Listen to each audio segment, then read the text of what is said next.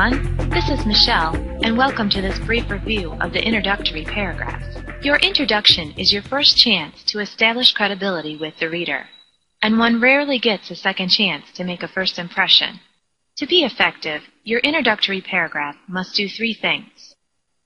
First, an introduction should grab the reader's attention. Second, the introduction should narrow the reader's focus and provide a connection to the last and most important part, your thesis, which must be presented as the central or controlling idea.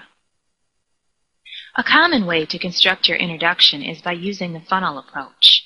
At the beginning, you grab the reader's attention, showing that you, the writer, will be in control.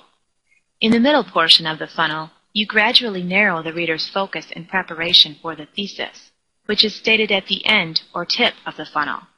Let's take a closer look at each part. Generally, the first sentence of the introduction grabs the reader's attention and introduces the topic in a way that communicates its importance. You can accomplish this by using a surprising statistic, asking the reader a question, providing a strong quote, or historical background. Why go to so much trouble in the introduction? The introduction is where you, the writer, will either come across as someone who is in command of the topic or someone who is lacking the confidence or knowledge. The middle of the introduction provides any background information necessary to prepare the reader for the thesis. The main purpose of this section is to connect the intro's opening with the thesis. Without this connection, the thesis can come as a surprise to the reader, who has not been adequately prepared for it. At the tip of the funnel comes the thesis statement.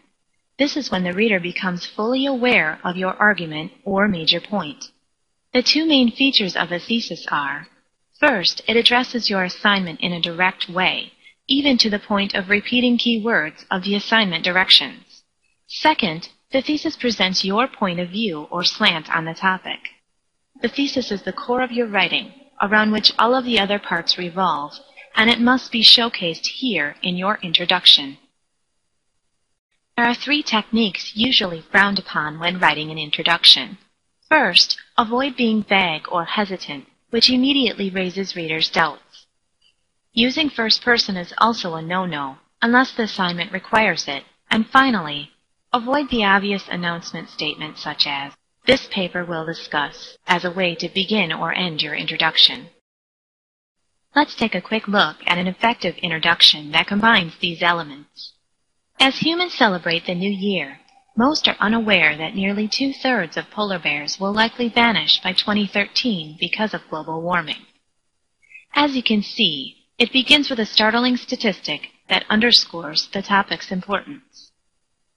Next, with polar ice melting at alarming rates, bears are starving and drowning as scientists search for ways to prevent their extinction.